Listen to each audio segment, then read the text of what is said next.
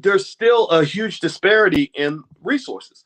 Black people are still, many of us are still born with nothing. And the way capitalism works, I know capitalism really well. That's my background. I know finance and capitalism and all that really well. Capitalism is kind of capitalism in its purest form becomes a type of slavery. If you go into capital, if you go into capitalism, into a capitalist system, and you don't have any capital, you will be a slave for those who own the capital. You have to make yourself into capital. It's like if I send my daughter out into the world, this is why I tell you guys all the time about making sure your kids understand how to build wealth and how to save and how to invest. If you send your daughter out into the world with no resources, no money, and nowhere to go, then she becomes a prime target for the biggest pimp on the block. Right? That's who the pimps look for. The pimps don't look for the women with high self-esteem, strong father figures, and plenty of resources and education. They don't look for those women. They look for that poor girl who doesn't have a nickel in her pocket, who doesn't know where her next meal's coming from, right? Who's zapped of her self-esteem, who doesn't really understand what's going on, right? That's who they come along and they say, hey, I want to empower you, which really ultimately translates into I want to exploit you for my own personal gain. So capitalism is the biggest pimp that there ever was. American capitalism is a pimp and hoe type system. And in order for you to protect yourself and protect your children, you must make sure they have resources. Remember this: freedom without resources is basically slavery. So after slavery, because you had slaves that were thrown out into the system with no knowledge of how the system works, no resources, nowhere to go, no ability to read and write or anything like that. All they really had was maybe family, which I told you guys, family is a huge resource. People that have family tend to be stronger than people who don't have family, right? They were just stuck. So a lot of them went back to the plantation. They said, I don't have anywhere to go. I don't. All I know is working on Massa's plantation. So they went back to the plantation, and a lot of you to this day are stuck on the corporate plantation. The plant, it's just a plantation by another name. And maybe you're stuck because your student loans are too high and you can't figure out how to pay them. Maybe you're stuck because nobody ever taught you how to start a business, so you don't know how to go out here and make money at a high enough level to liberate yourself. Maybe you're stuck because you've never were exposed to any other options or possibilities. Maybe you're stuck because your self-esteem wasn't there. Nobody gave you that. Maybe you're stuck because nobody left you an inheritance, right? You do understand that there are people, and some of them are black, who never have to work.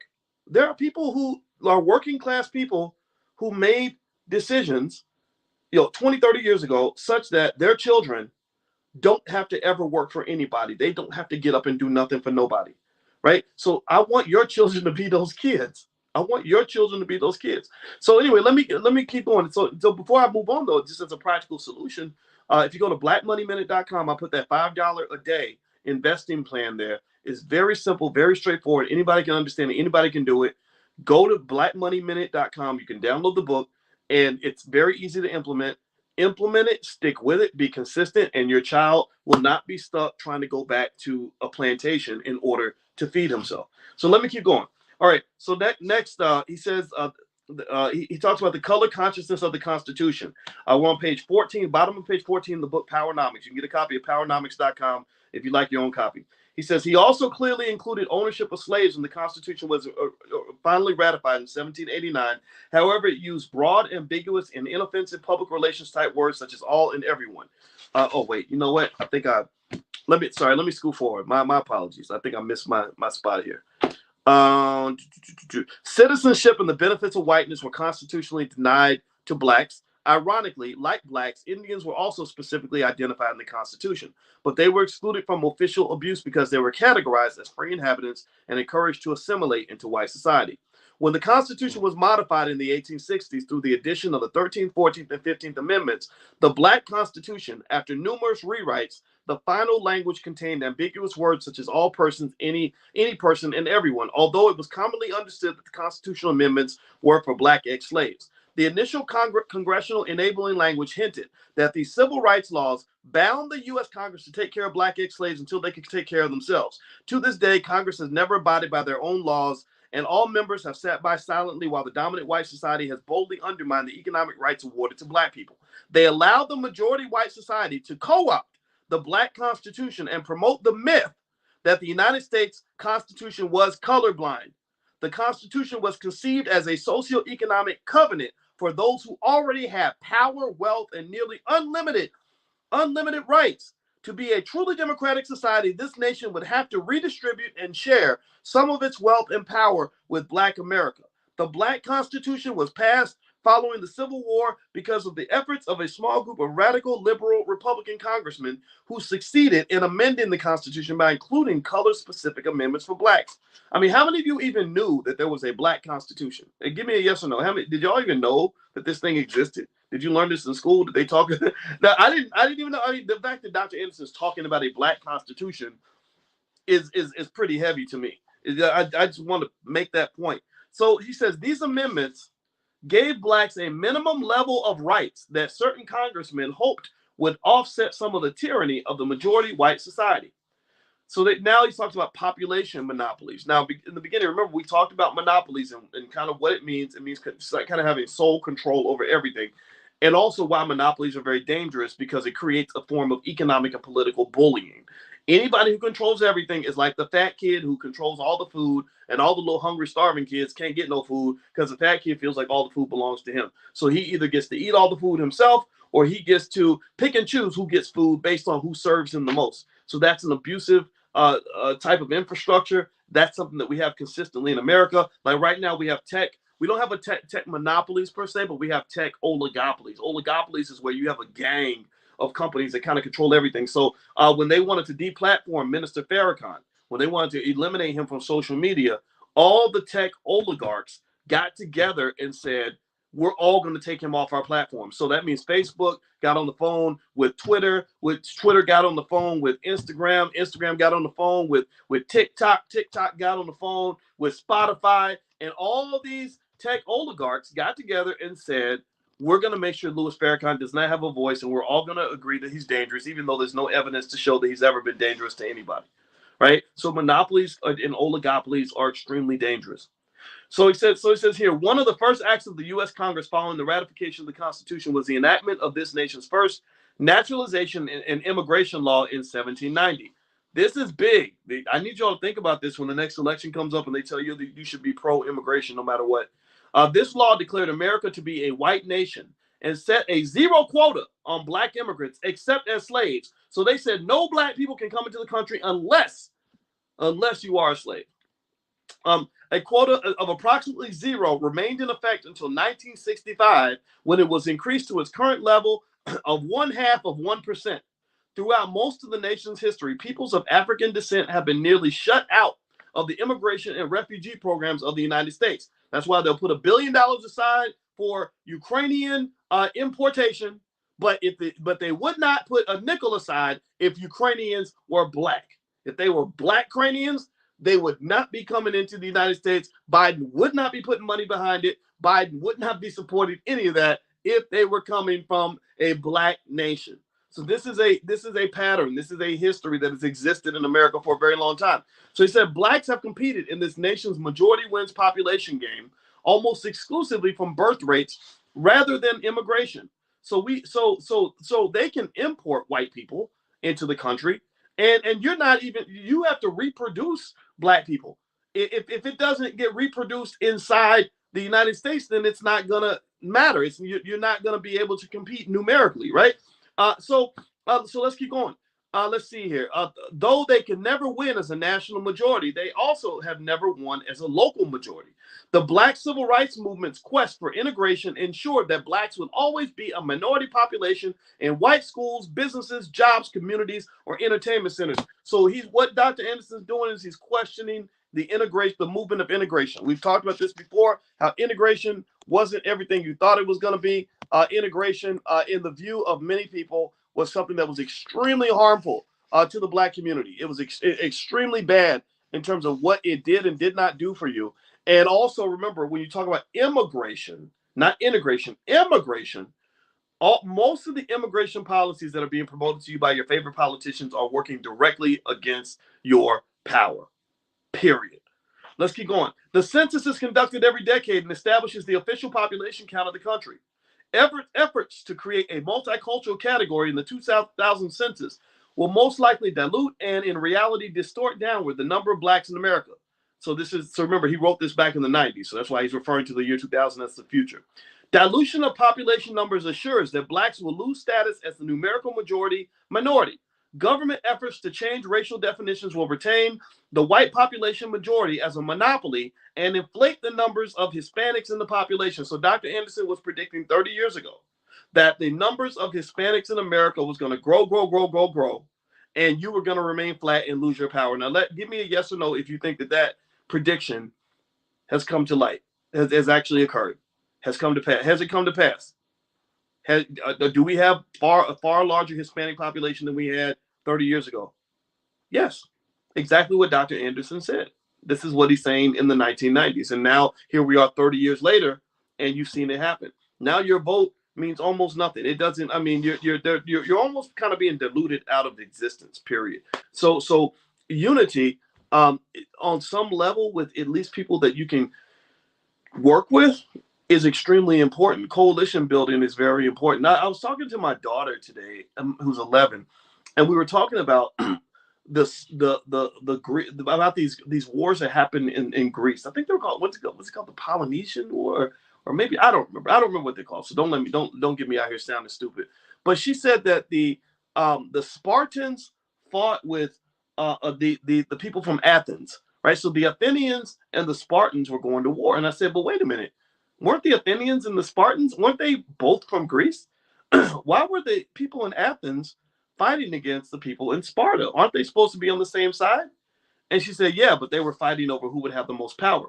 Basically, the white version of fighting over who was going to be the HNIC. That's it. Except they have the HGIC, head Greek in charge, right? So the Spartans, and don't, again, I'm gonna keep researching this. But this was an important conversation. We had this conversation an hour ago, and so she told me that the Spartans and who were the ultimate warriors fought against the Athenians, and I think the Athenians lost. I think Athens lost. And I said, that's not good that you're fighting with people who are supposed to be on your same side. And she said, yeah. She said that, I said, you know what that's called, right? She said, what? I said, it's called divide. And she said, divide and conquer. I said, yeah. I said, so, and she said, yeah, well, she said, yeah, that is what happened. Because while the Spartans and the Athenians were fighting each other in Greece, the Macedonians were accumulating power so they could go kick everybody's ass. Right, so the Macedonians said, while they're over there fighting, while they're over engaged in niggatry, that's the term I created to describe ridiculous, irrational, sick-triggered behavior. So they're engaging in this negatorious behavior and destroying each other. We're going to build up our power base and go take everything from everybody, right? So ultimately, when you are trained, and this was a conversation, this led to a conversation I had with my daughter. Everything has a lesson. So I said, so what are you learning here? And she said, well, I'm learning that divide and conquer is bad. I said, yeah. I said, this is what they've done to black people for 400 years. They have had light skin against dark skin, old against young, male against female, and you're fighting each other harder than you fight against your oppressor. All the while, your oppressor's sitting back like the Macedonians, accumulating power, and they come and they just conquer everybody. So I told her, I said, form your coalitions and stick to them. Loyalty is extremely important as a key to survival. Pick your people. I'm not saying pick every black person out here. Some black people don't like you very much. That's okay, right? But I talk to you guys. I say, okay, we're B1. We're intelligent black people. We want to build for the future. We're defining ourselves. This is who we are. This is our coalition. And I guarantee you this, you'll rarely see me. In fact, you haven't seen me. I have been attacked. I'll tell you, even, when you do the social media stuff, people got stuff to say or whatever. I have been relentlessly verbally attacked by other B1 oriented people. And if you'll notice, my response is pretty consistent. You know what the response is? Silence. I say nothing. I don't respond at all. Because I told y'all in 2017, I said, I'm not going to be out here fighting with black people when I'm constantly being under siege by the rest of the world. I'm not doing that with you. I'm not participating in any of that. Might avoid you, but I'm not going to fight with you. Right? So ultimately, when you're talking about this divide and conquer, this is something that's been going on in America for a very long time. This is a standard part of the toolkit for white supremacy. This is what they did with colonialism. I told her about the Hutus and the Tutsis. right? And I said, yeah, in Rwanda, I said, you know that millions of black people were slaughtering each other because some Europeans came over and said, the light-skinned people are better than the dark-skinned people. So next thing you know, we're fighting and killing each other, and they're controlling everything. So find your coalition. Starts with your family. Starts with your family. Your family protects you. So I told my daughter, I said, your sister, you ride with your sister no matter what. You ride with the family no matter what, because that's your coalition. That's what protects you, right? So start there and then form a broader coalition. Or if your relatives are no good or you can't work with them, then find some other relatives, right? When you come to the convention, pick your family members at the convention. Get you some play cousins, right? But pick your coalition, because that is how you survive. That is how you succeed. That's how you win. That's why they created laws. When I read to you guys 85 laws that they created specifically to control black people, you'll notice one of the themes of the laws was that they did everything they could to make sure black people did not stick together. Let's keep going.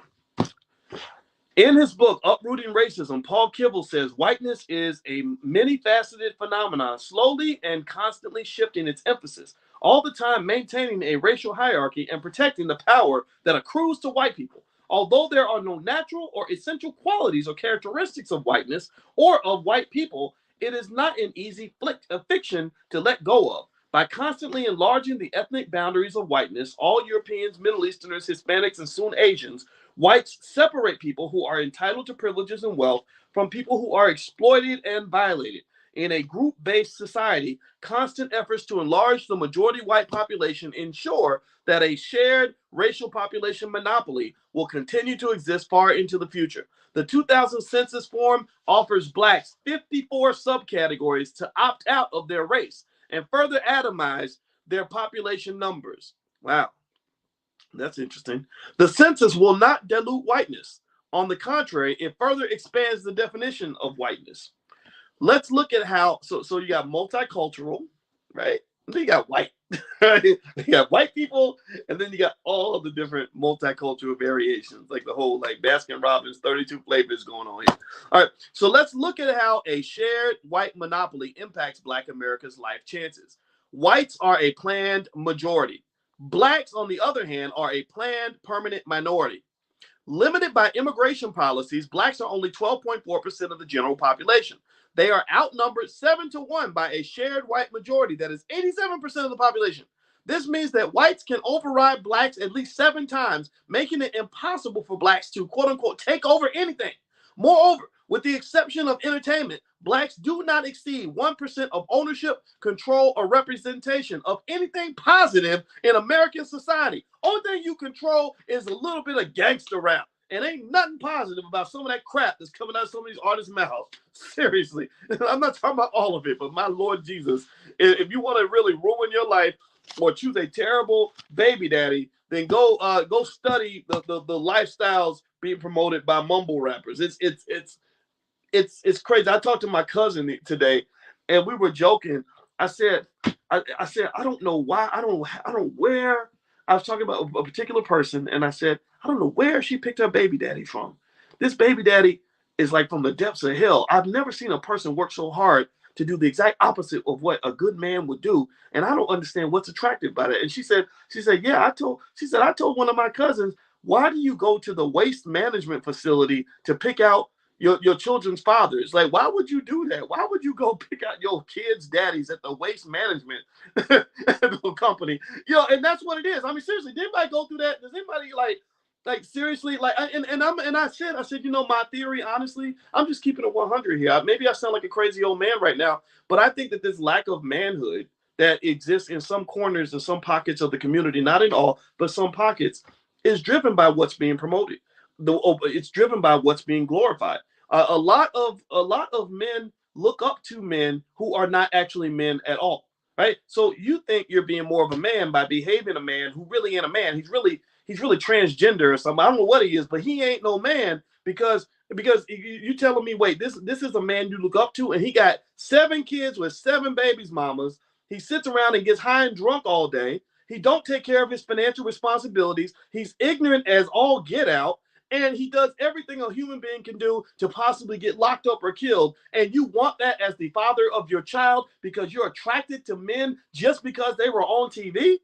What in the hell is going on with you? And how badly do you have to hate your unborn children to give them a father like that? Seriously, I'm not blaming you, but my Lord Jesus, like, that's what they've done to us. Your brains just flipped on backwards, head screwed on in the other direction. So I'm sitting there just kind of reading this, and I'm just thinking about all this in terms of just what's kind of happened with some parts of our community. So, in so many ways, we're just some of the stuff don't make no sense to me. You can't win like that. When Dr. Anderson talks about inappropriate behavior, all you gotta do is look all throughout um, what's promoted on media, and you'll find it everywhere. You'll find it absolutely everywhere. And then you wonder, and then it makes sense. It makes sense that most of our kids ain't got no daddy. It makes sense that a lot of these kids don't even have a dad that's contributing to the household, or crazy things that happen in people's households because nobody ever taught them a model of manhood.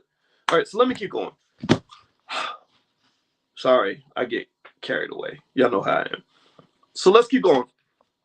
So he says that, let me jump in here. All right, so blacks do not exceed 1% of ownership, control, or representation of anything positive in American society. In critical skill professions such as doctors, lawyers, architects, engineers, scientists, judges, physicists, and business owners or wealth holders or elected officials, blacks never exceed 0.5%. If every black professional was hired in public sector or private sector jobs, whites would still hold approximately 99.5% of the professional positions. If all of the 36 million black people in the entire country were employed, the educated, the uneducated, senior citizens, those in prison, children, infants, teenagers, their total numbers would never exceed 12% of the workforce. When blacks try to even marginally increase their percentage in the workforce, whites are threatened and initiate a backlash. So some of this backward behavior is on us, but some of it is also on other people too, right? A lot of it is driven by our reaction to what other people are doing to us. So it's not as if we're completely to blame for this, but we are completely responsible for identifying the problem and fixing it. So let me keep going. All right. So he talks about wealth monopolies. We're at the bottom of page 17 in the book Powernomics. You can get a copy at powernomics.com. He says slavery and Jim Crow semi-slavery did not just make whites a little bit richer than blacks. Whites are vastly richer. They have deprived black people of nearly the whole economic pie. It is the proportion of the pie that a group owns that determines its access to functional schools, competitive businesses, equal justice, essential health care, personal comfort, and the length and quality of their lives. The nature of white wealth has cut blacks off from nearly all of these fundamentals of life. White society not only owns or controls most of the nation's wealth and power resources, but most of it is passed on from one generation of whites to the next. This is one reason why there is a lower proportion of whites who are poor compared to the number of poor blacks, and why the children of affluent white parents are less likely than blacks to ever be poor. Wealth is frozen and stored inside the white race, in its families, culture, businesses, churches, communities, education systems, and organizations in the form of stocks, bonds, land, insurance policies, trust accounts, and foundations. It is inconceivable that blacks could cross racial boundaries and successfully displace these frozen forms of wealth. As indicated in Table 1 is at the bottom of page 18. He points out a couple of interesting things. He says whites own nearly 100% of all corporate bonds and stocks, which amounts to approximately $13 trillion. Now, mind you, this was 30 years ago. So that 13 trillion has grown to 21 trillion, by the way. In 1986, the 256th largest company in the Fortune 500, a white corporation, had sales equal to the 16 billion total combined sales of the nation's 100 largest black-owned businesses as listed in the August 2000 edition of Black Enterprise magazine. So their 256th company had sales greater than all the top 100 businesses in America that were owned by black people combined. And this is not just true for corporations. It's also true if you look at universities. You can find a university, some raggedy, mediocre school that's like the University of Iowa, that has a bigger endowment than all the HBCUs combined. Right. So, so anyway, it says during the 1980s, for example, the number of millionaires and billionaires also increased by 300 and 500 respectively, or sorry, 300 and 500% respectively. Although a handful of black entertainers and sports figures are included in the millionaire category, their standing is most often a result of increased income, which is not the same as increased wealth. Moreover, none of the wealthiest black entertainers and athletes appear on the Forbes list of the wealthiest 500. So even your richest black people in America can't compete with Bill Gates. Elon Musk pisses out 10 times more wealth than Oprah Winfrey will ever generate. He does that every morning. Robert Smith, he does okay, but he can't, Bezos and Musk and Gates and Buffett, they could buy Robert Smith 50 times, 100 times over if they wanted to. So ultimately, and Robert Smith is the extreme. I mean, he's really, really an outlier, right? So ultimately, a lot of the people that you look at as extremely wealthy, your Diddy's and your Kanye's and all that, first of all, most of them all get wealth from the same mechanisms. Black people tend to build a lot of that wealth from sports and entertainment. Those are two areas you're allowed to excel in, because that's the space you're allowed to walk in. But then also, when you're really, the Forbes list to me, or the shiny Negroes they put on TV or on the covers of magazines, are a distraction from what is happening in the black community. Many black businesses can't even get basic bank loans from big corporations that should be willing to loan money to black-owned businesses that are doing a good job. So ultimately, when you're thinking about what's happening with black wealth, the trajectory of black wealth, I encourage you to stop paying attention to the shiny Negroes on the covers of magazines. I don't care how many albums you sold. I don't care. Everybody can't be a rapper or an NBA star.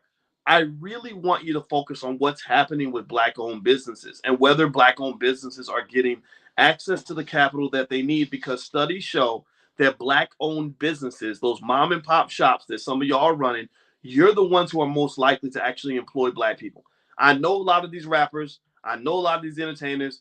Many of them ain't employing nobody. They don't even know how to run a business. They wouldn't even know how to create 500 jobs in the black community. But many of y'all have the credentials. Many of you have the MBAs and the master's degrees and the vast business experience and the technical skills, and you're trained in trucking and carpentry and everything else. You are the backbone of the community, not these people they put on TV. They're powder puffs in my view. None of them could really do what you guys do. So that's where you're going to see the movement in the community, is when they start allocating more capital to that group that I just talked about. All right. So by the way, just a quick reminder. Also, don't forget that if you guys came to the event we did yesterday, the event was how to build wealth in financial security without doing it by yourself. We talked about some of the memberships that we have in the Black Business School. If you still want to take a look at that presentation, we left it up for another day. You can actually go to boycewatkins.com. And at the very top, there's a link where you can actually take a look to decide if you want to be a member or join one of the level up programs we have in the Black Business School. We're kind of changing the structure a little bit, so feel free to take a look. The open enrollment period ends tomorrow night, though. After that, we're going to sit back and operate and look at the data, and then we're going to decide if we want to add more students or not. So if you would like to join, feel free to go take a look at that. All right, so let me keep going here. Let me keep reading. We're on page 18. The book is Powernomics. You can get a copy at powernomics.com. He says, also, obtaining wealth equality in America is a rigged game. There is no equal opportunity to gain wealth. Such opportunities typically depend on four factors. One, inborn capacity. I guess that's what you're born with, right? What you're born with in terms of, he says capacity. So I'm wondering if he's talking about intellect or if he's talking about resources you have. Cultural and educational opportunities. Three, ownership and control of resources. Four, the power of racism.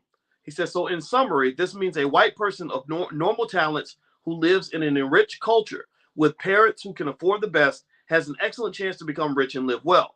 Economic Darwinism tracks both parental and racial bloodlines. Structural racism enables whites to acquire wealth, while capital gains and inheritance laws ensure they will keep and control wealth. Steve Brower stated in his book, Sharing the Pie, that in 1996, Charles Darwin of the Campbell soup family inherited a great deal of wealth. He traded in 9 million shares of company stock and earned $740 million. Warren Buffett, a Wall Street investor, profited $10.6 billion over a period of 24 months for a total fortune of $21 billion, which, by the way, has grown to over $100 billion, if I'm not mistaken. In comparison, nearly 50% of Black America has a net worth approaching zero because its debts negate any property or assets they can pass on to their offspring. The white economic stronghold on essential empowerment of resources is also reflected in business ownership and management, which is nearly 100% white and mostly male. So let's talk about this again. The 4 factors Dr. Anderson is talking about in terms of wealth. And I want us to brainstorm on how we can make sure that our children have those 4 things.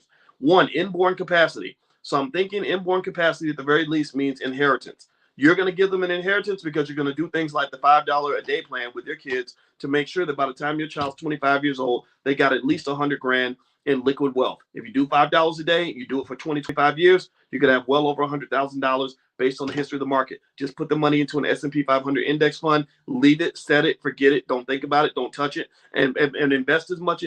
Try to invest at least half as much in your child as you put into your car note, right? Put at least half as much into the future of your children as you put into making some white man rich who sold you that car, right? If you do that for me, then I guarantee your kids are going to have that inborn capacity, at least in terms of inheritance. And also that second piece, cultural and educational opportunities.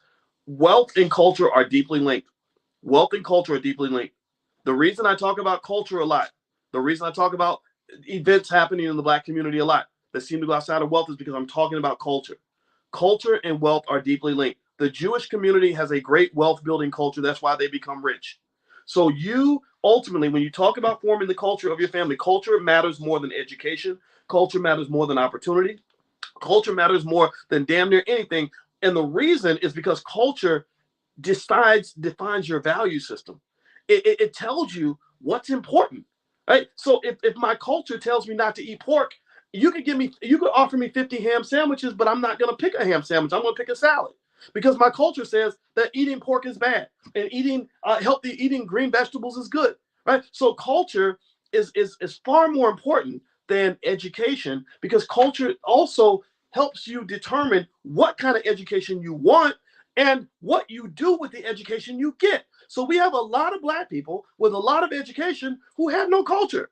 They have no culture. The only culture they know how to grab onto is either white culture that was fed to them in school or Black culture that they see on TV.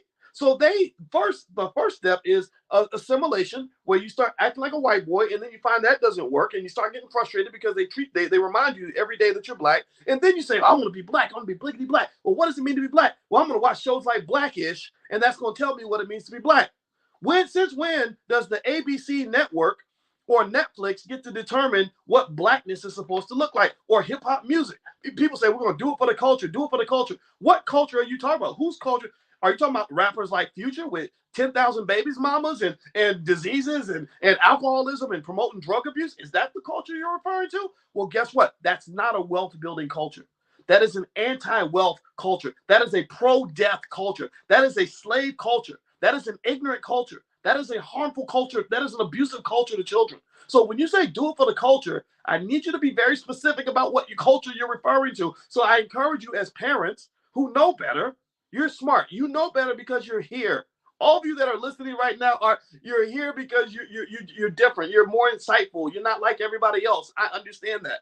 So because you know better, I need you to be intentional about asking yourself, what culture do we have in this house?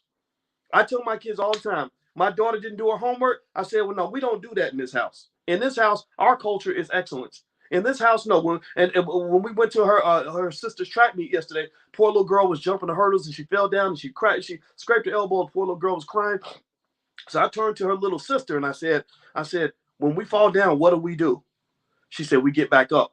I said, yeah, exactly. That's what we do. That's our culture. That's who we are.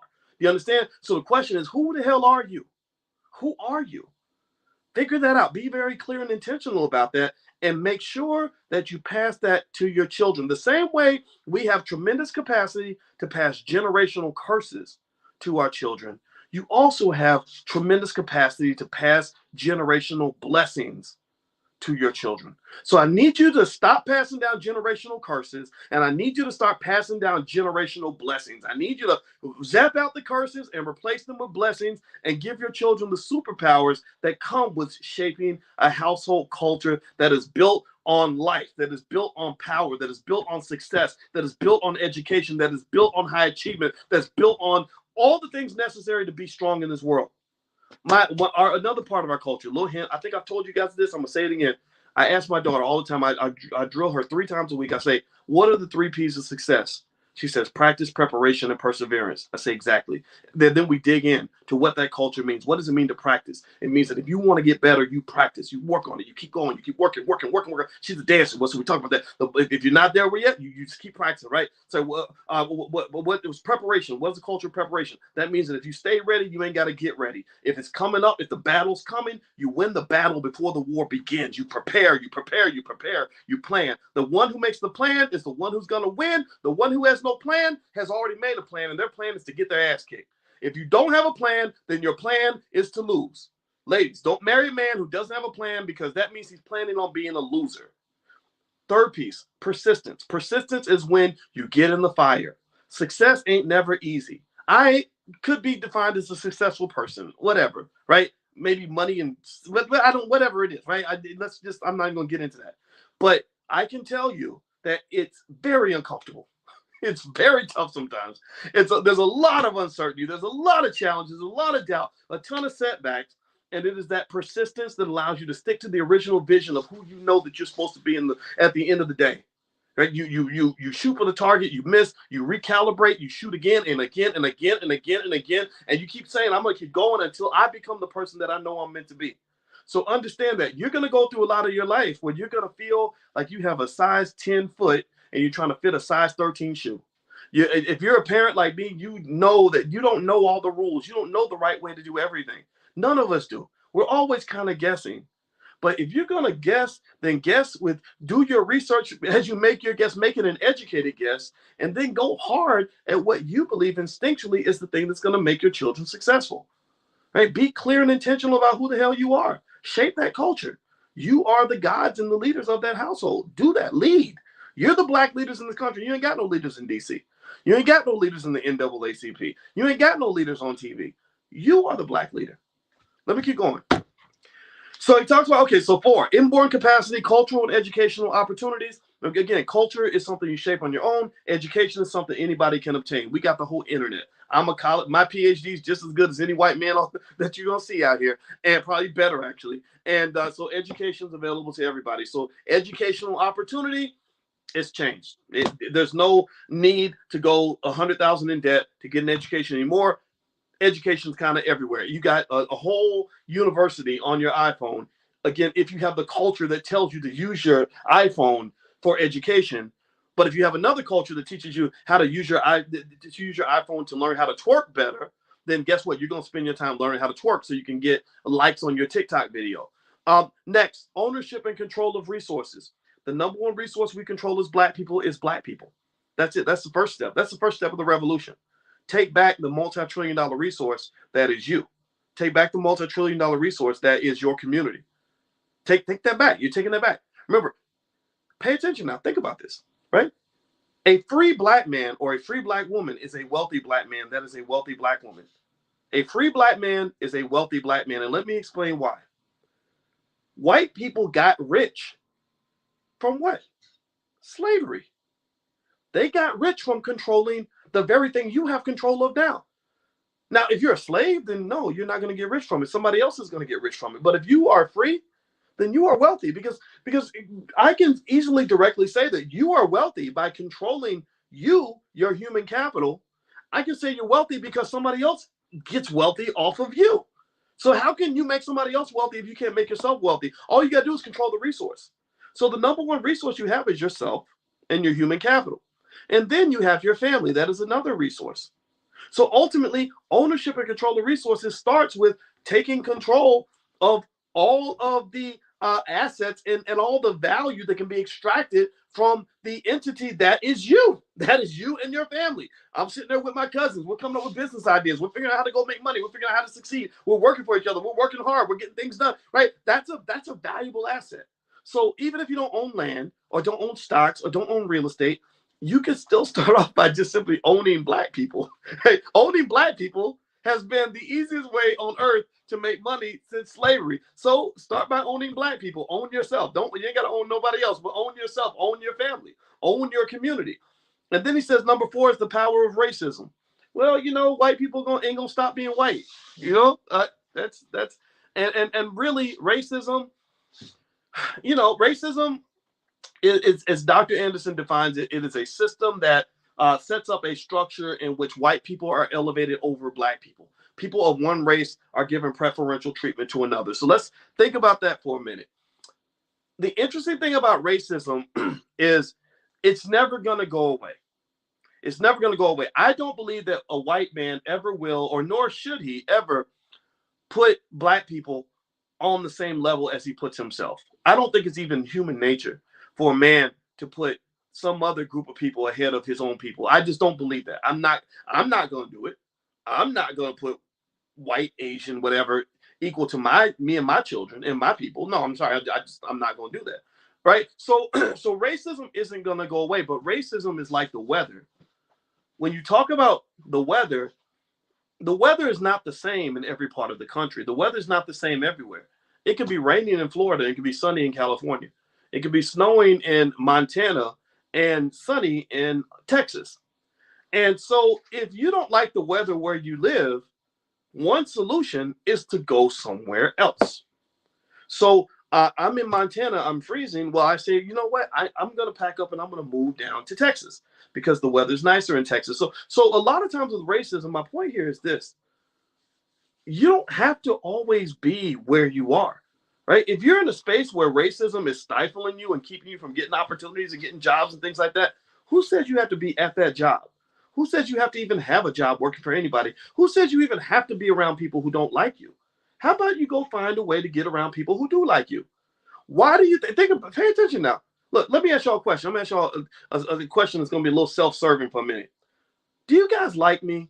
Are we cool? Are we friends? Like if I see you, will you give me a hug? Like will you shake my hand? Are we're like family. We're cool, right? We like each other, right? Do we? Okay. All right. So okay, thank you. I appreciate that. Thank you, Crystal and Karen. I need that. I need that little self-esteem boost. I feel loved, and I love you too, Angela. I love you too, LaShonda. Okay. So let me ask you this question. Do you think that I'm equally loved everywhere I go? Like, do you think that I'm loved everywhere in the same way that I'm loved right here in this space? Do you think that if I go, on Fox News, you think they're going to love me as much as they love me here? Or y'all love me? Right? If I go to CNN, you think they're going to really, what do you think? Right. No, of course not. Of course not. So you know what I do? I stay on my side of the fence. I stay where I belong. I know the spaces where I have power, and I know the spaces where I do not. I know the spaces where I am protected. I know the spaces where I'm vulnerable. I know the spaces where I'm connected, and I know the spaces where I am disconnected. I don't go chasing spaces where they're not like me. So you'll never hear about me getting banned from the Oscars because I'll never be at the Oscars anyway.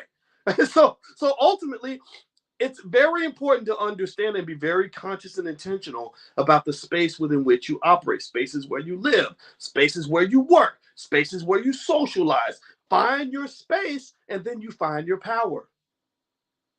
Superman doesn't go hang out in the neighborhoods that have the most kryptonite. He's not going to go and find out where the kryptonite's at and say, where can I be? I want to be where the kryptonite is so I can feel weak and powerless. No, he stays away from the kryptonite so he can leap tall buildings in a single bound, right? And he can find his superpower.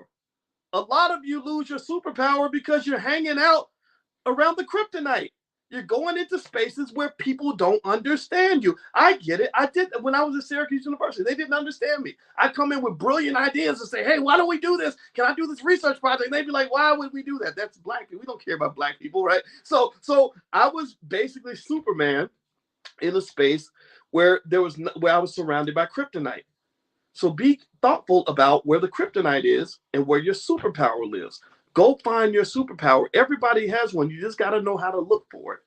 Right? So we can talk more about that later. We'll talk more about that in a future date. So I'm gonna actually stop here. I'm gonna stop here. We have consumed a lot of thought-provoking information. We're on page 19. The book is Powernomics. You can get a copy at powernomics.com. Quick reminders. Don't forget the All Black National Convention is at the end of October, October 28th through the 30th. You'll hear from me more and more about the convention because I want your input in terms of how we can have a great convention. I hope that you will bring family members and friends. I guarantee they're going to love it. It's going to be great. And we will sell out, actually. We actually have sold hundreds of tickets already. So we can only hold 1,000 people. But I think we're up to maybe 600 or something. So you may want to get your tickets sooner rather than later. I don't think there'll be tickets at the door. But if you're interested in coming, you can go to boycewatkins.com. That's where the tickets to the convention are. Also, some of you had asked about my book. So here, in case you want to know, here's my book. It's called Black American Money 3, and it's part of the Black American Money series. So if you are interested in taking a look, feel free to go to drboycebooks.com. That's drboycebooks.com. Okay, guys. Well, thank you so much. It was real. Love you very much. And I will see you next week at the book club. So I will be back here next Wednesday night at 8:30 p.m. Eastern time, and we will continue to read Powernomics until we are done. So God bless you guys. I love you. I'll see you later. Take care now. Bye-bye.